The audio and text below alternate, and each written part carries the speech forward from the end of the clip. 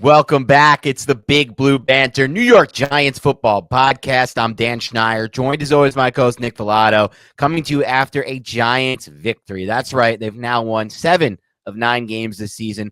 Who would have thought? Look, it wasn't a pretty win. It wasn't their most pretty win, I should say. There were pretty moments in this game, right? And there was no look, it wasn't the prettiest win. We didn't come out and just blow out the Texans, which some people expected them to do. But to be fair, it's not like the Eagles blew out the Texans 2 weeks ago, right? It's a similar type of situation, though. The Giants were never worrying about winning this game. At least I wasn't as a fan. It's the first game this season where I did not at one point worry about the Giants losing. Even when the Texans drove for their second touchdown, even when they were driving again at the end, I did not at any point really worry about losing this game. And that's really the first time this season I can say that. So for me, it is a step forward, right? It's like, this is a moment. Yeah, we didn't get the blowout, 30-point win, 20-point win, whatever, double possession. I get it. I totally understand. But they ended up winning by 11 points. And again, at no point did I feel like the Giants are going to lose this game, Nick. And that's why I feel like it was a nice step in the right direction. Did they do it in an interesting way? Some people are second guessing, oh, why were they so run heavy? And we'll look at that on the film, obviously. But for me, man, I'm just happy because now we're at the point, Nick, where we have these trap games like the Texans, which is, it's a total trap game. The line started at whatever it was, dropped all the way down to 4, moved back up to 5. I mean, Vegas was telling you, home team 6-2 against a 1-6-1 team, and they're still being like, grab the Texans. Look how obvious this line is. And despite it being a trap game, Giants come out and win this game. And that's kind of the team they are now. They're not a team that's going to be like, I was watching some of these bad teams that are like in the fringe this week, Nick, the fringe this year, I should say, watching them this week. And I noticed some of them lost these games they needed to win. Some of them dropped to like 3-6, or, the Bears, for example, had a little bit faint playoff hope with the field type. Now they're out of it. Teams like that. And so the Giants are just clearly, in my mind now, not one of those teams. They've separated themselves into a different pack. Does that mean they're in the Super Bowl contender pack? Maybe, maybe not yet. But they're at least in the pack that wins the games they're supposed to. And that means something. It definitely means something. And the Giants scored 10-play drive on the first drive of the game on offense. But think about their third and fourth drive, I believe it was, right? Where and their second drive was a 3 and out. And then the third and fourth drive, they're on the opposite side of the field. They're in Houston's territory, and they just shoot themselves in the foot with the Jack Anderson false start on 4th and 1. And then the Wan'Dale Robinson, I'm going to try to outrun everybody, just crazy play where he lost 5 yards that set up a third down sack that knocked the Giants out of Graham Gano field goal range. Like, those are 2 drives that must have drove Brian Daboll, and we saw it on the broadcast, up the wall, completely irate, right? But the Giants are still like, I was never feared the fact that they were going to lose this game. They still played like crap at spurts in this game. And we're still like, they have a handle on the game. And then you also have the defense doing what they did, forcing freaking turnovers. I don't know how sustainable that is, but man, that is one opportunistic unit. Yeah, and as you've said for multiple weeks now, Nick, it was not a matter of when, it was not a matter of if, it was a matter of when Dane Belton was going to get an interception this season. He may get more, but he got his first interception on a ball that obviously Davis Mills shouldn't have thrown. I mean, you don't challenge. I mean, the safety was way too close to make that throw. At least if you're Davis Mills, you can't fit it into that window. I don't know many quarterbacks who could. It was a double move too, right? Man. Like, and it was against Adoree Jackson. So, like the Texans like to just double move. If it's cover one, just look off the safety. And if you watch Davis Mills, and the All-22 will confirm this, and I'm just going off what I saw on broadcast, like there was pressure because the Giants were just bringing pressure like a lot. Like they cannot block Dexter Lawrence whatsoever. At all. And Davis Mills like looked at Dane Belton and then just went right to the double move and just waited and then threw the ball. Dane Belton must have been one of the easier interceptions he's going to have in the NFL from a single high spot. It has to be one of the easiest interceptions. He's come close a lot. We talked about the one pick six he would have had where Jahad Ward got the tip pass. He had that earlier one in the season where he just was a little wide. Man, he's around the ball a lot. I think that's got to be a good sign for him as a young potential building block piece for the Giants. Obviously, this game, like you said, there were some moments where it looks like the Giants kind of regressed a bit or didn't play up to their standards. But overall, man, again, like I said, I just didn't really feel like there was at any point I was worried about losing this football game. That doesn't mean they maximized all their opportunities or anything like that. And again, a big part of this, to me at least, was the individual play of Darius Slayton on that one touchdown, because that was a game-changing play. We don't get explosive plays. We talked about earlier this week. The Giants were entered this dead last in explosive plays, right? Yeah, dead last in explosive plays. Vast majority of those just run plays with Saquon Barkley or Daniel Jones. And today they got an explosive play in the pass game. And let's be honest, I mean, Darius Slayton ran the whip route. He was open for at least 2 to 3 seconds before the ball was thrown. And that's not to say Jones made a mistake. I mean, you could maybe get that ball there with better anticipation, but the pressure was there. And I think he did a good job, at least, of getting the ball out there into an area where Slayton could catch the football. But after that, man, I mean, the reason I consider that a game-changing play, the reason I consider that a game-changing individual play is because he eliminated multiple angles on that play, on that post catch. I mean, he takes the sideline route and the option to kind of try to break away. And it felt to me like there was a different level acceleration that he put on display on that play than I've seen from him this season, last season, really since 2019. That wasn't, I don't even know. Honestly, that reminded me of play he had at Auburn in college where he caught like a little kind of screen. It wasn't the same type of play. It wasn't a flat pass, but it was a little screen out there. And he kind of broke away and housed it along the left sideline, if I'm remembering this play at Auburn correctly. And that was the play that really stood out to me when I was watching his tape when he was drafted. I was like, damn, he has that level acceleration, second gear as the breakaway speed type trait. And that's what he showed there. I mean, there were two defensive backs who should have made the play and stopped that from being a touchdown. And yet he scores a touchdown on that play. And that prevents them from having to bog down in the red zone potentially. That prevents them from having to maybe go for a field goal or go for it on fourth and miss it. That is an individual play that he made, and that wasn't his only one. He created a lot of separation on his catch earlier in the game, and then he created a lot of separation on a play later in the game that Daniel Jones just threw behind him and missed him on from a ball placement standpoint. Thankfully, only Daniel Jones' only miss of the game, at least ball placement-wise. But those are three big plays where he creates consistent separation and also displays that post-catch acceleration, that second gear. So I was really impressed with Darius Slayton. And at this point, Nick, I'm now turning the question over to, we've talked about Julian Love, Dexter Lawrence, Andrew Thomas, Saquon Barkley, Daniel Jones. All five of those guys we've discussed at least at one point when it comes to contract extensions and re-signing their own. We really didn't mention the name Darius Slayton a lot when we were talking about, what's going to happen with this team after the season. But I think about it now, man, and I really have to push Darius Slayton up the list for a multitude of reasons. One, they can probably get him pretty cheap based on his career trajectory and his career arc. Two, he has the rapport with the quarterback already there. If they let him go, they have to bring in new guys and try to restart the rapport. Three, he's only 25 years old and has traits that I really like and that he's now displaying, and he's playing at a really high level. I'm pushing him up my board, Nick. I'm really excited about what I'm seeing from Darius Slayton right now. I put out a tweet today. I think you have at least 7, maybe 10 teams that don't have a wide receiver playing as well as Darius Slayton's playing right now. From all the teams I put out there, but from the Chargers to the Bears to the Ravens, the list goes on. There's about 7 to 10 teams that don't have a wide receiver playing at this level. And so that was kind of, to me, the big takeaway. They're getting big plays from this kid. Yeah, Darius Slayton is playing really well. In terms of the longevity of him being here, he's so far down the pecking order. Like, I agree with you. I think it should be investigated, especially if it is a cheap deal, which I would imagine it would be. But, I mean, you got to focus on Daniel Jones. You got to focus on Saquon Barkley, Dexter Lawrence, who will be on his 5th-year option, but he's still going to be in that conversation. Andrew Thomas at the end of the year for an extension. Julian Love. Like, there are a lot of players to worry about, but overall, I would like for him to be here because he's playing himself into that role. But I understand why people never really considered him in that manner, because he was buried on the depth chart heading into the season. And this is more of a necessity, is the reason while he's playing. It's not necessarily like they just absolutely loved him when they got here, because we saw him not play for so long. But 3 catches for 95 yards, and he had 2 explosive plays, man. I mean, the 54-yard touchdown, which we can go over a little bit later. I love that play call, by the way, against the blitz. Pre-snap too high shell that the Texans were showing, but also on the first drive, he had, I think, a 36-yard catch as well. That's an explosive play, and it was built off of the play action freaking pass, man. And that's just, if there's anything to take away from this game, we hoped we would see a more, I think, evolved true passing attack from this Giants team. We didn't necessarily saw that. We just saw, hey, Houston sucks against the run. They're 32nd in the league. We're going to run the football. We're going to bring 8 offensive linemen, 7 offensive linemen out on the field, and we're going to run the ball down your throat. Saquon Barkley had a career high, Dan, in carries, and he just kept feeding this dude. And what'd that do? That opened up the play action passing attack, and some of the better passes from Daniel Jones, the Lawrence Cager touchdown, the Darius Slayton 36-yard pass, they were all off the play action. So again, it just kind of goes to show you how important Saquon Barkley and this rushing attack is, which is very varied as well, which is something I absolutely love. The fact that they can attack you outside zone, duo, power gap, counter, anything. And they've kind of proven that throughout the season. Yeah, you nailed it. And I think with Darius Slayton, just to wrap that one up, he would have been the first Giants receiver to have an 100-yard game this season, which is a shame that he wasn't able to. But Jones missed him behind. It was Jones only off target throws. So I want to be clear about that. But the ball was off target, and otherwise Slayton created a credible amount of separation on that play and did an excellent job to get open. Would have been a 100-yard game.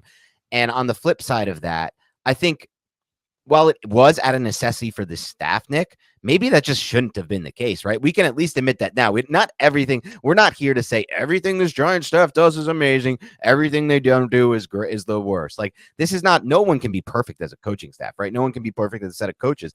And I think ultimately I'm not going to say they made a mistake, but maybe they probably even themselves would be like, yeah, maybe we want to have that one back when it comes to not playing Darius Slayton earlier this year, because maybe it was partially the injuries. I remember he was banged up in camp a lot in the preseason as well. Some early drops could have clouded their opinion. You can tell the staff isn't a fan of drops. I mean, look, Kenny Golladay was benched because of a drop today. The first ball that he quote unquote dropped, in my opinion, was wide and in front of him. I don't consider that a drop, but whatever. Maybe you can catch that. The second one was a flat out drop, and it was a momentum killing drop. It was a drive killing drop when they're trying to get the 2-minute offense going. It was perfectly in stride with velocity in his, in the perfect spot to catch the football. And then he was just benched. So maybe that played a role in Darius Slayton not playing much early in the season, but it's not a necessity now to me. To me, he is playing like one of the best players on this offense. And I think it's pretty clear when you watch the tape week after week at this point. And so maybe they felt like it was necessity when they put him in, but I'm sure that the coaching staff may not feel that way anymore. Hey, he keeps doing what he did today. He's going to keep earning playing time. And the Giants need anybody who can catch balls and do things like this. Like, this is obviously the highest upside wide receiver right now. I think Wan'Dale Robinson can eventually take that. And I still even think, and I'll confirm it on the All 22, what Wan'Dale Robinson does operating over the middle of the field, that he gets so much attention and so much bracket type of coverage, because a lot of these teams, or at least over the last 2 weeks in Seattle, that safety, anybody who crosses the middle of the field is going to take. And then there's always somebody on Wan'Dale. And it feels like that creates one-on-one matchups from the number 1 and the number 2 receiver in these 3-by-1 sets. But Darius Slayton, man, like that post-catch run up the sideline, great play by Tanner Hudson, by the way, throwing that block from the backside over route. Like, I absolutely love that play from a scheme standpoint, because we didn't see a more developed passing attack from Mike Kafka, but that was a 3rd and 9 play where the Texans were in a too high defense. The Giants came out in a 3-by-1 set, and they ran Wan'Dale Robinson straight up the middle of the field. So if the Texans actually ran cover 2 like they did so much in this game, Wan'Dale Robinson would have split the safety, something that we saw a little bit against Jacksonville. Remember, we said, oh, well, Wan'Dale was open, but that's not what the Texans did. They loaded the line of scrimmage, and they brought 6 guys in on their pressure package. Giants kept 6 in protection, so that isolated Jalen Petrie in a one-on-one matchup against Darius Slayton. Darius Slayton releases inside. Everybody releases inside. Jalen Petrie goes to work over the top of the release of Wan'Dale Robinson, which was actually Derek Stingley Jr., who was in his way. He was going to work over the top of Derek Stingley Jr., but then it was a whip route, so Petrie had to like scramble and get back into position. Right. And I think that was one thing that helped lead to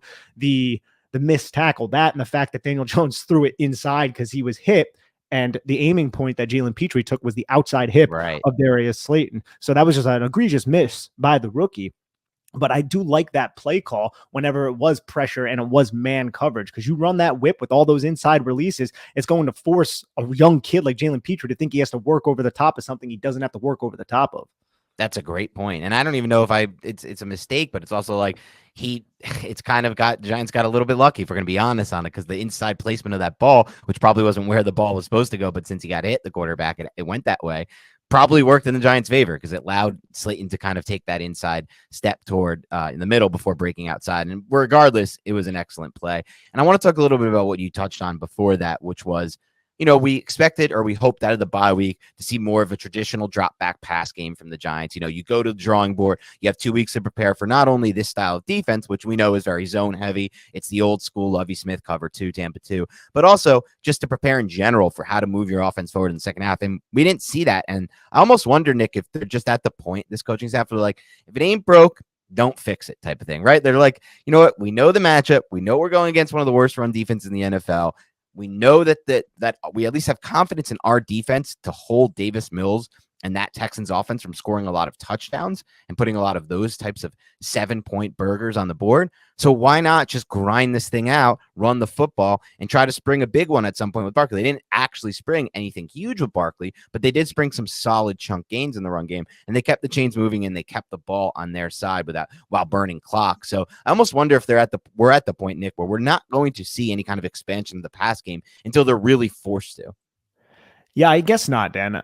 And that does make sense because the Giants were going up against Houston, like we said, terrible run defense. And your best asset is to run the football right now. Ideally, like we've said so many times, ESPN doing its thing. Ideally, like we've said so many times, Saquon Barkley is the essence of this offense. The offense runs through him. I like the adjustment that this offense has made by bringing in these multiple offensive linemen. It's not something we really saw against Tennessee or against Carolina. We didn't really see it. That's a new thing. Now we saw 8 offensive linemen. That's something that we would have thought Joe Judge and Jason Garrett was doing, but it's working as of right now. So until it's stopped, I'm not going to sit here and bash it, but ideally I would hope that this offense is talented enough to evolve their passing attack. Because once you get into the playoffs, and this Giants team is a playoff team. They're third in the NFC right now. Like that's the reality of the situation for the New York Giants. You're going to need to do more than just give the football to Saquon Barkley 35 times. I'm fine with it right here against the Texans in week 10, but we need to figure out a more consistent approach to the passing attack. Because Daniel Jones completed 13 balls for 197 yards. That's all well and good, but that Darius Slayton catch, that's a blatant missed tackle that was taken for 54 yards. You know what I mean? So whenever teams can shut down this rushing attack, it's going to take away from the play action ability, which then how are the Giants going to move the football? So it's just one of those things I'm a little worried about, but it's not like jump off the ship type of worried right now because the Giants are winning freaking football games, and I'm ecstatic about that.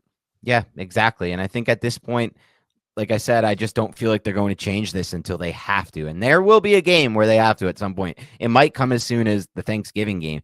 Honestly, it's possible it comes as soon as this week. I'll say this about the Lions. They have a horrible defense, but they can move the ball on offense. Jared Goff is playing much better in that system in the second year. And I've always thought this about Goff. He has definite deficiencies. He does not have much escapability, but he can rip the football. He's been able to rip the football since his days at Cal. He doesn't just throw the ball over the top with ball placement. He has velocity. This is a different level velocity, in my opinion. He's top 10 from a velocity standpoint, from what I've seen from just while he's on platform within the pocket when he gets his shoulders squared. He's that type of quarterback for sure. But when he does, he rips the ball. He ripped a couple balls today against the Bears that just looked awesome coming off his hand. So I think they will challenge the Giants defense with a lot of these deep overs that have been killing the Giants, that had at times killed the Giants defense when they faced somewhat competent quarterback play. They did not face competent quarterback play today. 2 weeks ago, they did against Geno, and Geno made them pay a lot of times. So they will score points, I think, Detroit. So I think we might have to see it, which is ultimately to me a good thing, because I think it is possible for the Giants to operate more of a drop back pass game. Even in this game, I feel like they may have possibly been able to do it. It's hard to know without actually seeing it, right? Like we don't see it for enough of a sample size on a consistent basis, at least per week, to know if it actually will come true and they will be able to operate a drop back pass game. But I feel like it's still possible. And that brings me to my next point. What were your thoughts on how Daniel Jones performed in this game? I thought Daniel Jones did everything he's asked. It's kind of like the same thing we've been saying about Daniel Jones this entire season. He didn't necessarily have to put the team on his back like he has in previous games. There was the second touchdown drive in the second half, so the third overall touchdown drive where he faced 2 3rd and 7s. He hit his back foot, found Wan'Dale Robinson in cover 2. Wan'Dale Robinson did a great job kind of finding space in between the 2 middle hook defenders. I thought that was a good play by Wan'Dale. It was also a good play by Daniel Jones. And then he had the deeper pass to Isaiah Hodgins, which went for 26 yards. That was a good play against, again, cover 2. The safeties split the field and they sank to such depth where all the middle hook defenders reacted to like Saquon Barkley and Wan'Dale Robinson in the intermediate parts of the field. And then nobody took the space between the safeties and the cover 2 middle hook defenders. And Isaiah Hodgins was kind of wide open. So it's not necessarily like Daniel Jones had to thread a needle there, but still it was a good read by Daniel Jones. And he's doing everything that he has to win this football game. And he also found Lawrence Cager on that little touchdown, which was pretty simple, but it was built off of what?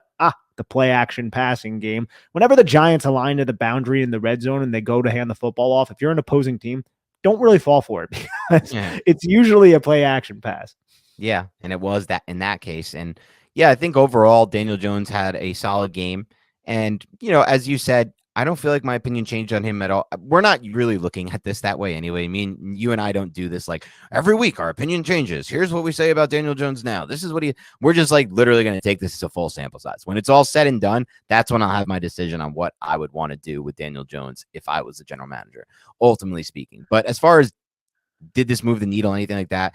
Not really, but that's not a bad thing either. He wasn't really asked to do much. It's the same cases every week, right? They're not asking him to do much, so he's not really doing anything wrong.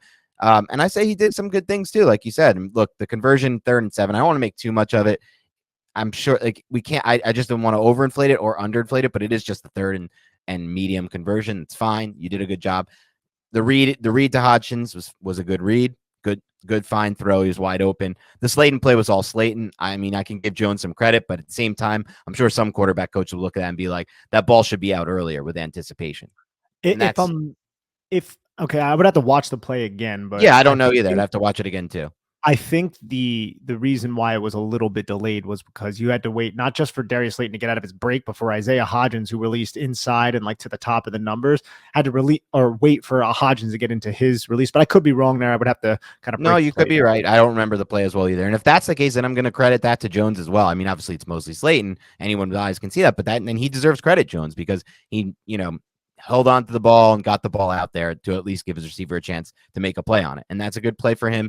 And he had a few other decent plays too. I mean, they really, again, just didn't ask him to do much. Like you said, I mean, the design play to Cager in the red zone, good pre-snap motion, good design, fine ball, I guess. I don't know. It's like a 4-yard pass. I don't know. I don't think I have, there's no it is okay. We don't have to have a good or a bad on everything, but I think he played fine. He didn't turn the ball over. That's been a key for Daniel Jones in the past, and it's been a key to his success this season, not turning the football over. So I feel like with Jones, it was a fine game. I think the more interesting thing is going to be how this passing attack kind of, I guess I would say, evolves moving forward now that I don't know if it's a definite, but we might be seeing Hodgins in the role that they expected Kenny Golladay to play as the X receiver. And I think he's earned that, even though he was only targeted twice, but he caught both of them for 41 yards. But let's see what he can do. He's a big body who, according to Brian Dable, is very smart. He knows this system. I mean, I'm all about giving this kid playing time if it is over Kenny Golladay right now, just because we haven't seen anything at all from Kenny Golladay. And one more point, too, just because we're talking about big-bodied receiving threats. I find it pretty cool and somewhat fascinating how involved the tight ends are near the red zone, because we saw last week Lawrence Cager get 2 opportunities, I think, near the red zone. We had the one little fake screen to Saquon Barkley, fade to Lawrence Cager that where Tanner Hudson was open and Daniel Jones just picked up 2 yards against Seattle. And now we saw the design play to Cager today against the Houston Texans. Daniel Bellinger, very utilized around the red zone. And where does Mike Kafka come from? He comes from Kansas City, right? Travis Kelce. So I think it's just kind of cool how we're seeing how involved the tight end position is whenever the Giants get into the red zone.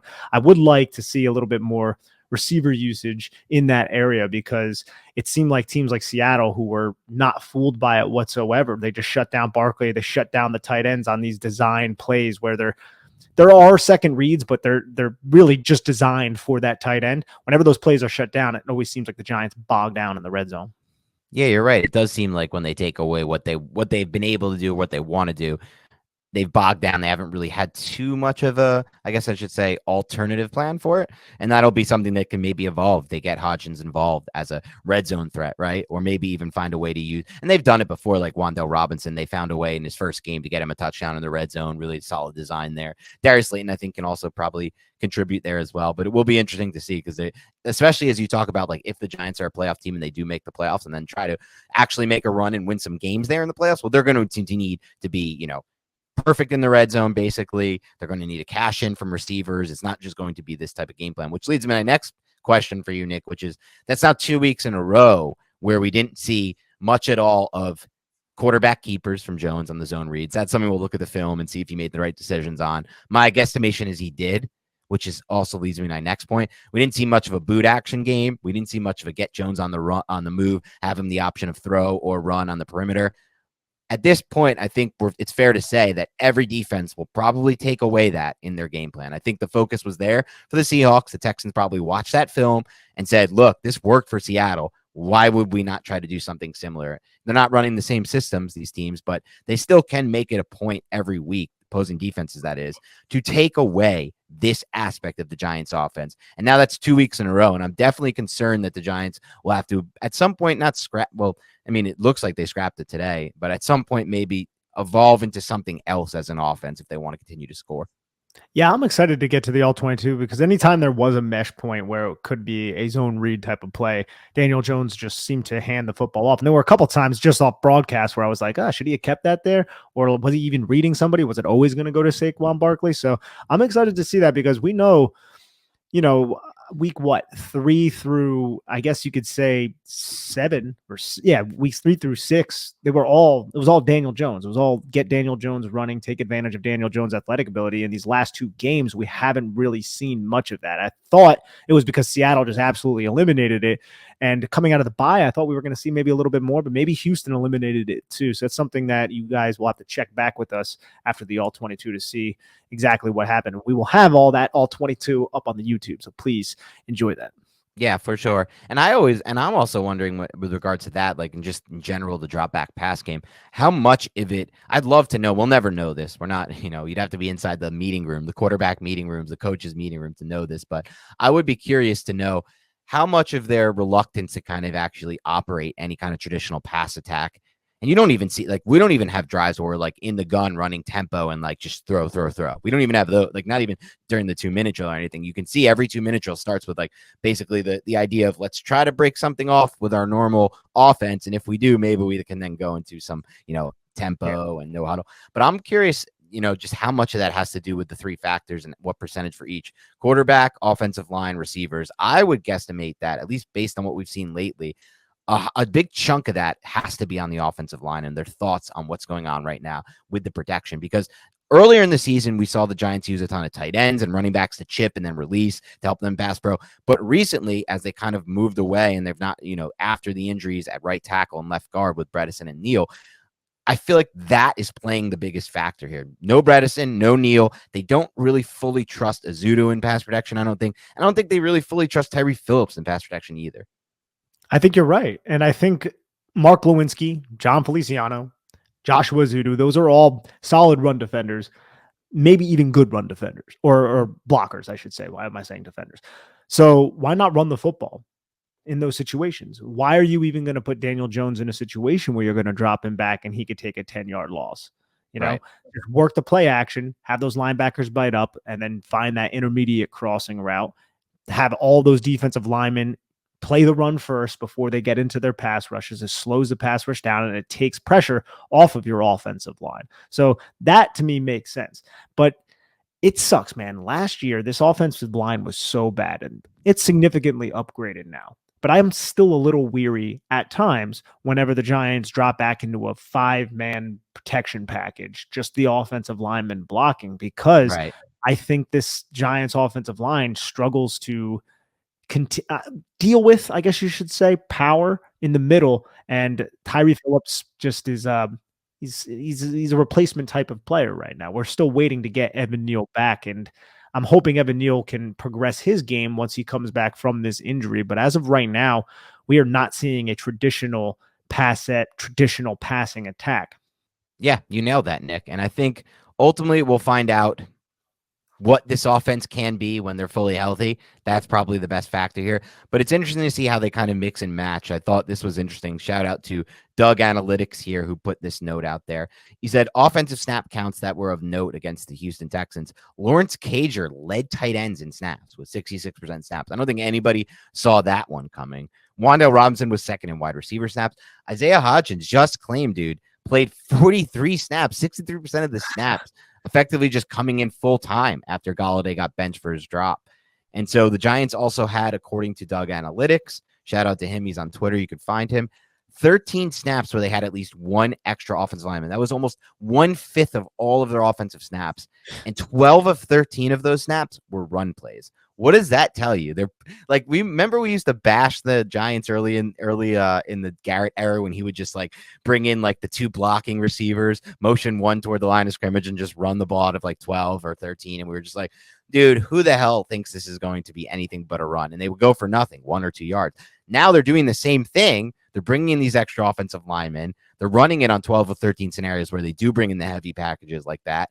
and they're actually converting and they're actually creating some yardage on the ground. Saquon Barkley, I thought, was excellent today, man. Some of the vision cuts he had, some of the yards after contact that he put on display, the power, the pad level, the decisiveness, man. Like he had some excellent runs, but it's just interesting to me that like last year and in the past 2 years, when they tried to do something similar, it just didn't work. And generally speaking, you don't want them to do it. But right now it's one of those, it's not broke.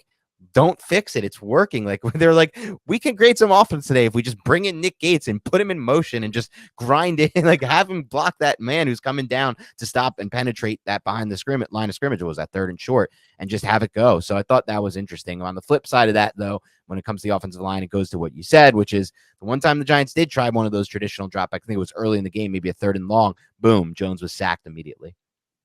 Yeah, it's definitely something they're gonna have to work on. But you're right. If it's not broke, there's really no reason to fix it right now, especially against an opponent like the Houston Texans. It's funny, though, man, seeing 8 freaking offensive linemen out there. You got Nick Gates operating as the sniffer with like Matt Parrott as the big offensive lineman. Good to see Matt Parrott back out there and healthy, and Nick Gates. So from that standpoint, it's kind of cool. But I found it to be, I don't want to say it's not surprising at all that they went with this approach, but we hoped to see something maybe a little bit different that they could carry into other games in terms of that traditional passing attack, as we've seen. But hopefully against Detroit, they can develop that, because I think you're right. They're going to need to score points against the Detroit Lions.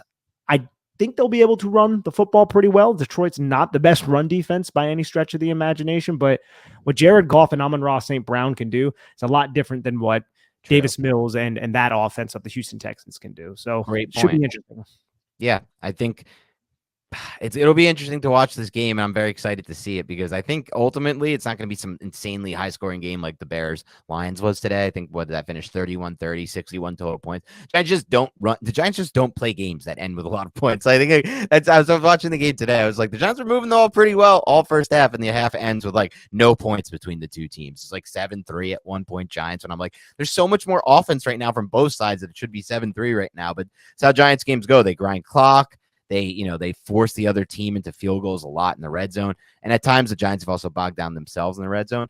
But let's flip it to the other side of the ball. This was another. I wanted to say too, man, like I get why Brian Dable was so pissed, man, during the second half. Like, I don't know if you watched the broadcast, but they showed him on the sidelines just ripping into the offensive line and ripping into players. But after a really impressive first drive, man, you go out there and you shoot yourself in the foot after a 3-and-out on your second drive. And then on your, what would it be, your 5th drive of the game, that's the one where Kenny Golladay drops the 2nd and 5 pass, and then Tanner Hudson gets tackled at the sticks on a 3rd and 5, and then they have to punt the football. It's like, that is maddening, because you're allowing the Houston Texans right back into the game. But despite that, I was like, the Giants are fine, which is a testament to the New York Giants right now, because they are a good enough football team to where they can play like absolute ass in the first half. And I'm still not really overly worried that the Houston Texans are going to make them pay, which last season, if you were to say that, we'd be like, oh no, the Giants are one of the worst teams in the league. So it's still a huge leap in the right direction.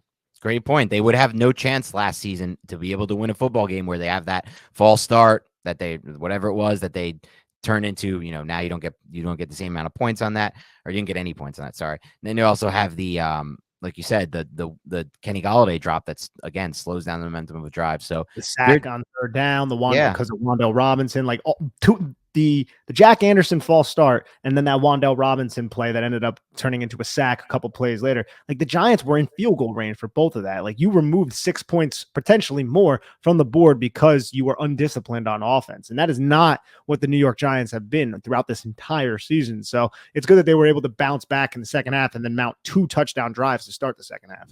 Yep, exactly. Let's flip it to the other side of the ball real quick here.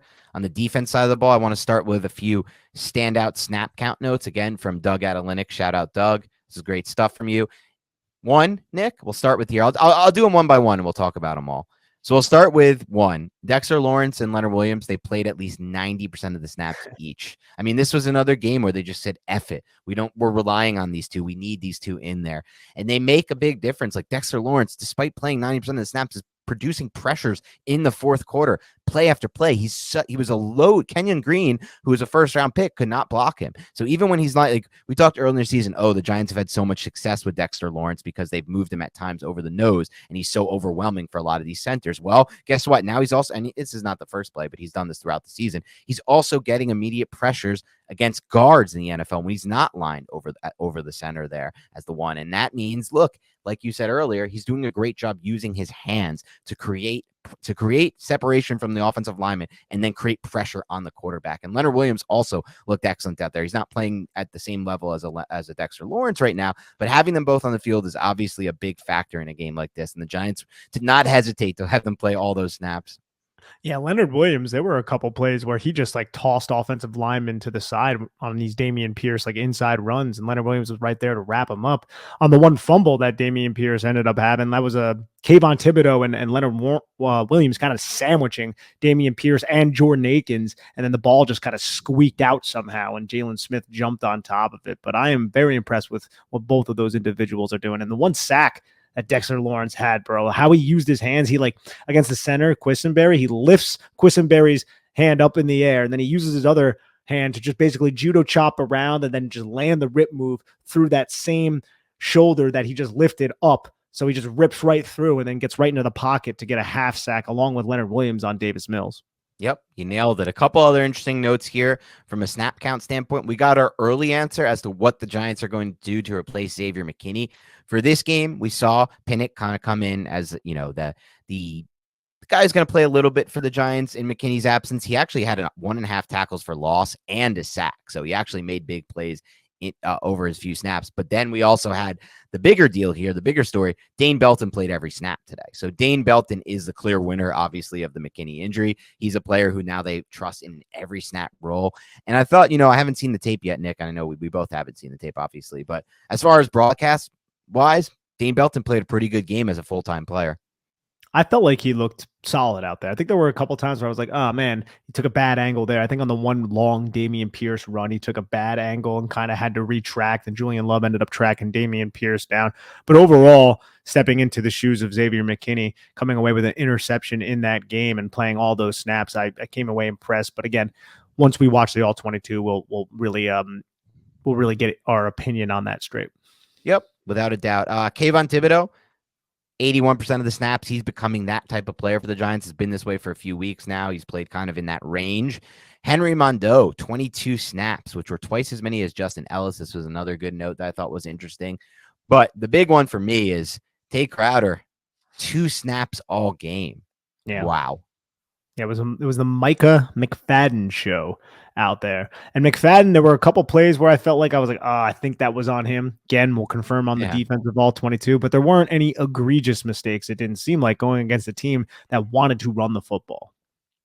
Yeah, and it's just crazy to me that this has kind of been the trajectory for Tay Crowder. I didn't expect this to happen. We go from that Jacksonville game, which was obviously, the worst game by the Giants defense by far this season. On film, it was by far. It may not have been in the scoreboard, but on film, it was by far. And so many changes happened after that game. They looked at the film and immediately they moved in Jalen Smith to the mic role, and they took Tay Crowder out of a role that had kept him, at least from the start of the season, as the main linebacker, the guy who was playing most of the snaps. Then they shift him over. They kind of mix in McFadden, but, it wasn't a full benching at that point. Now 2 snaps for Tay Crowder, that's a benching. Like, that's a Kenny Golladay level benching. And they're obviously made the decision, at least for this game, to give Micah McFadden a chance. Now, I'm sure, like you said, we'll look at the film. If they feel, we'll make our own, obviously, assessments, but if the Giants feel like McFadden was out of place, like you mentioned, or just made mental mistakes that they feel like can hurt them in a future game or something like that, I wouldn't be surprised to see Crowder back out there for the same kind of snap share that he had last week against Seattle, or 2 games ago against Seattle, a mix and match with McFadden. But I don't think he's ever returning to that mic role at this point this season. I don't think they would make a change like that and then continue with it out of the bye week when they had all that time to evaluate and then decide we're going to move back unless there's an injury. The 46-yard screen pass to Jordan Akins, I think that was one where Micah McFadden might have been a little bit late to realize what was going on, and it allowed Laramie Tunsil to kind of climb and create the seal, which allowed Jordan Akins, who is like, 30, 1 year old or something like that, maybe 30 years Is he old. that old, Jordan Akins? I don't know, man. He's been around for a while. Former Giant, Jordan. Former Giant, great. I mean, yeah, he really dominated on the third team preseason. He couldn't even earn first team snaps on the weakest position that the New York Giants had at the time. But here he is catching 72 yards against the New York Giants in a Week 10 game.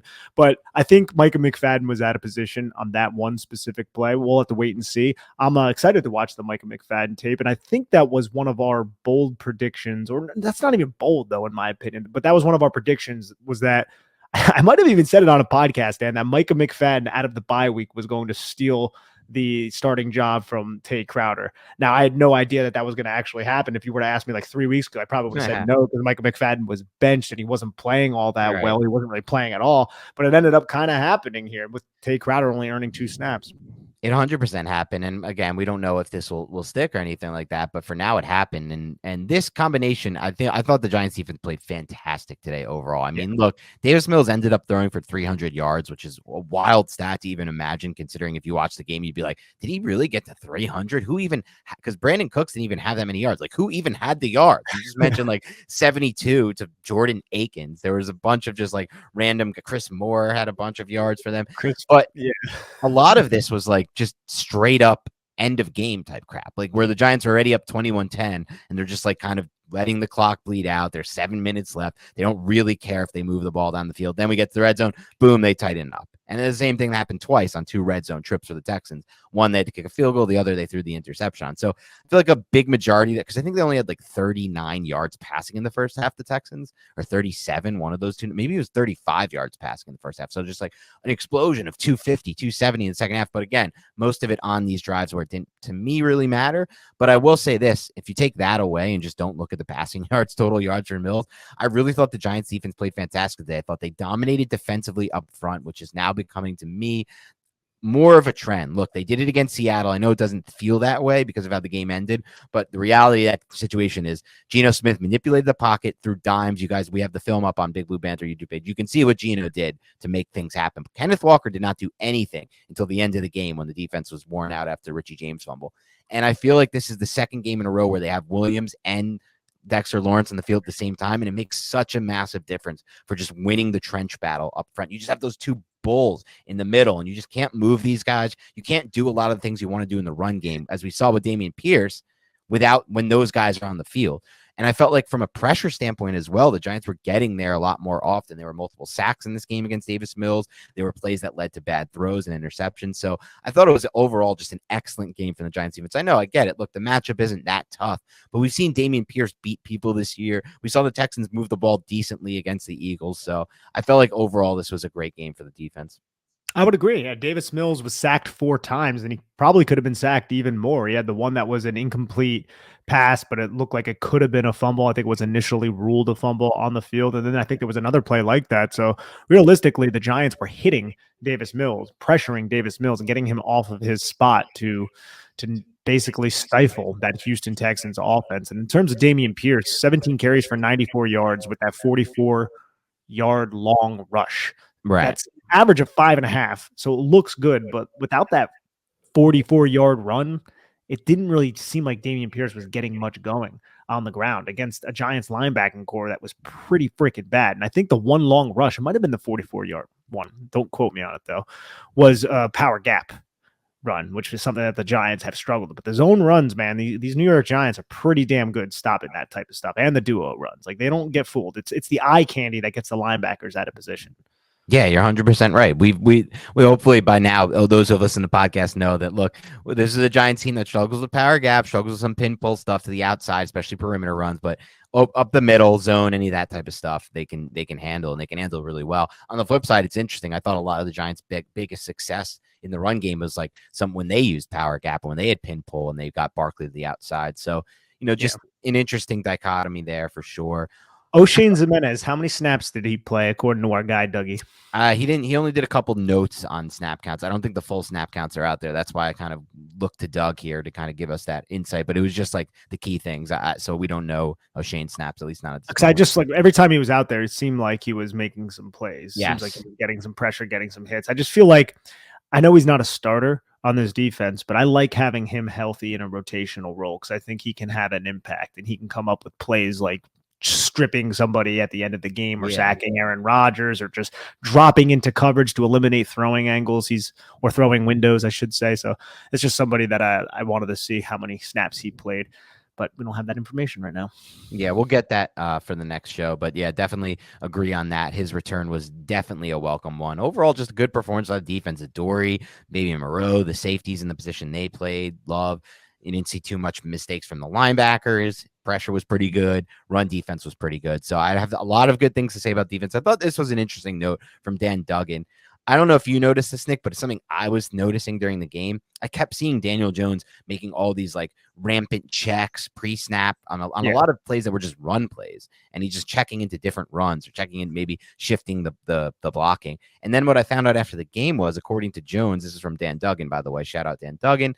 According to Daniel Jones, those were actually run checks that were called into the headset from Mike Kafka, who I think, what I would think is it's kind of an advantage for the Giants to have him up in the booth, Kafka. A lot of people debated preseason, do you want Kafka on the sideline? Do you want him in the booth? If he's in the booth, he has that all 22 angle on the game. So he's probably seeing some of those shifts and some of the different alignments from the Texans' second and third level defenders that he can kind of give Jones a better, get Jones and the Giants into better run plays. Yeah, more than likely. Like we said at the top of the show, the Giants have a varied rushing attack. It's not like, they just run power gap or, they're an outside zone team, which is something that has proliferated around the NFL. Like they can run outside zone, stretch zone. They can hit you with duo inside zone. They can run power gap. They can run counter.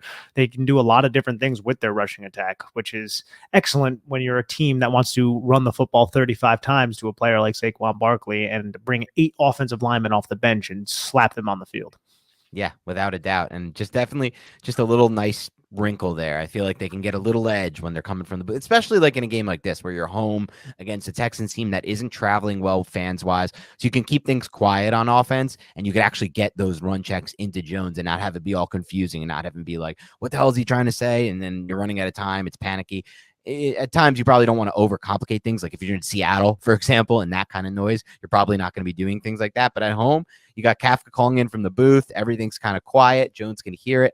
And so I think that, can definitely help the Giants get into better run calls. And it's a run first team. They want to run the ball early and often all the time. So that's something that can definitely help the Giants.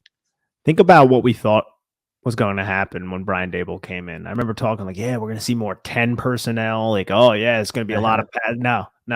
The Giants and this coaching staff is smart. They're going to go with what works. And if running the football works, they're going to run the freaking football. So I applaud that. Now, whenever the time comes where that does not work anymore, which it hasn't been often this season, we're going to have to see the adjustments to the passing attack. And we've seen Jones step up in big situations throughout the year. Let's hope he can do that moving forward.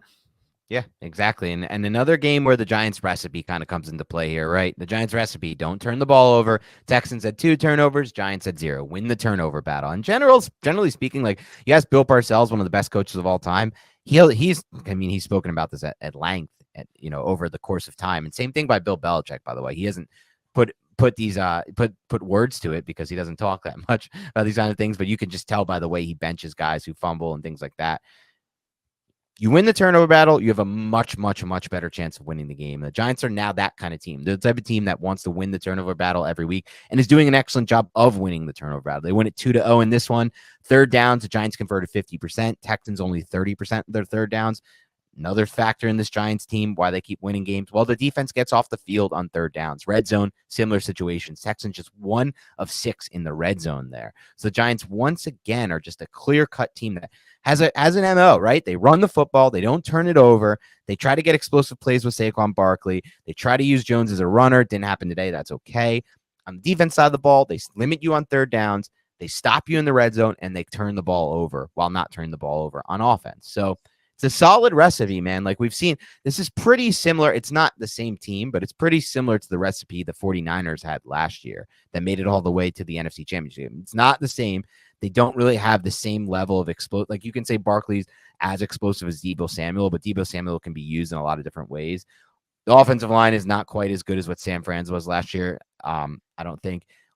And most importantly, probably they don't have as much talent around like the one playmaker, the Samuel, the Barkley, but it is a very, very, very similar blueprint to what the 49ers had last year.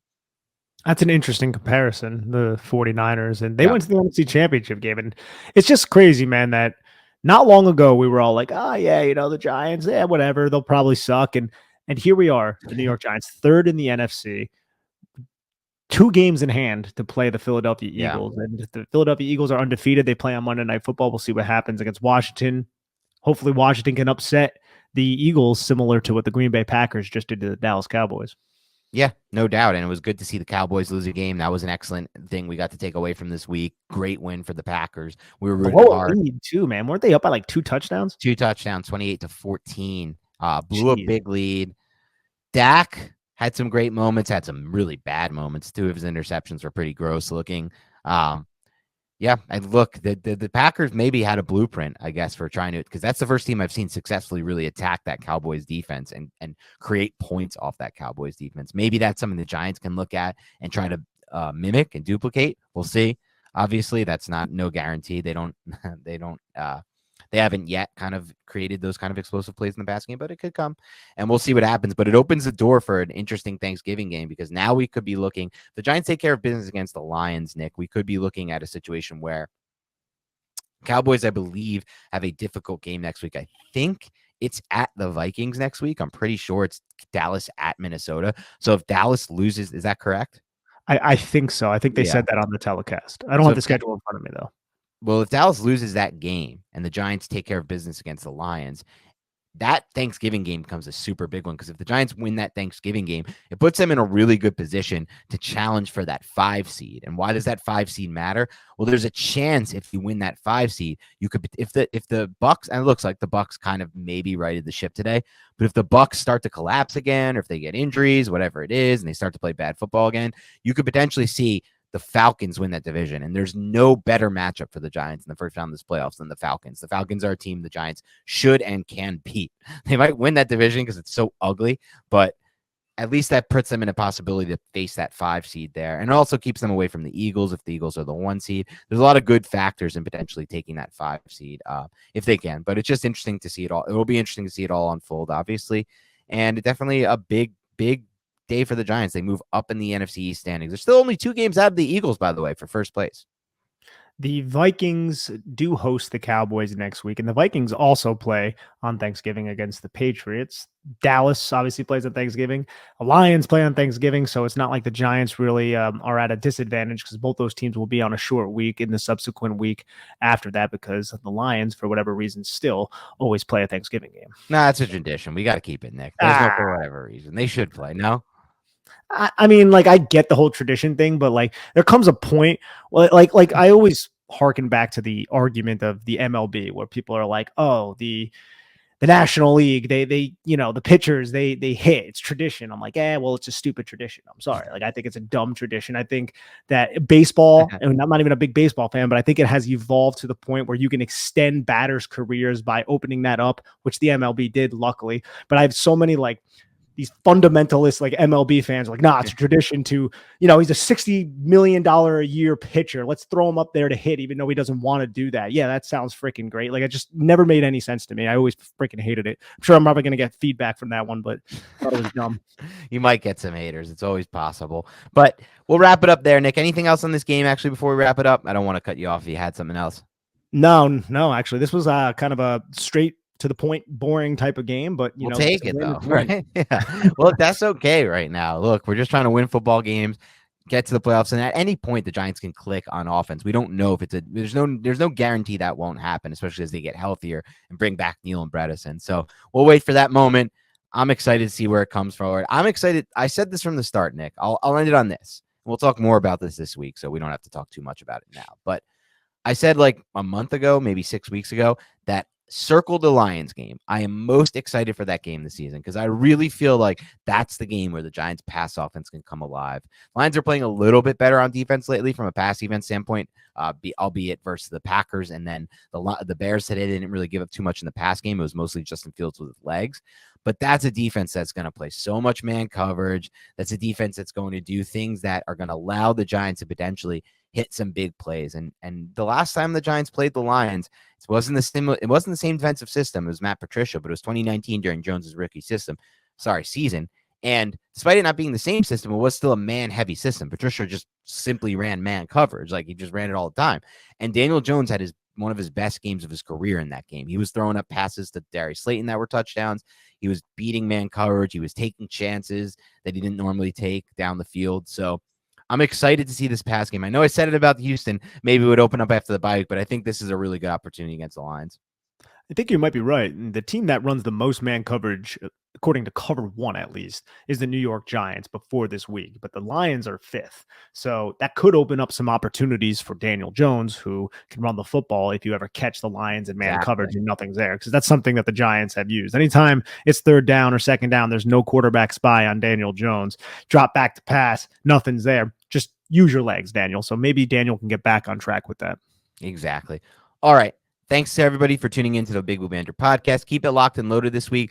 There is a possibility that the all 22 film breakdowns will be a day later than typical this week. Just scheduling issues. I have to come into the city. I have to do things for work. So I have to kind of move off the normal timeline. Now, I still am going to try to grind the film as much as I normally would. But if I can't get to a point in the film where I want to be, Nick and I are never going to compromise the quality of those podcasts just to have it a day early. So we'll see what happens there, but keep an eye on that. It might be a little bit later than usual. Otherwise, typical move forward, carry on this week. We are going to try to get, I know a lot of people asked about the preview this week. We are going to get a preview this week. I have to find someone for the Lions. We didn't do a great job.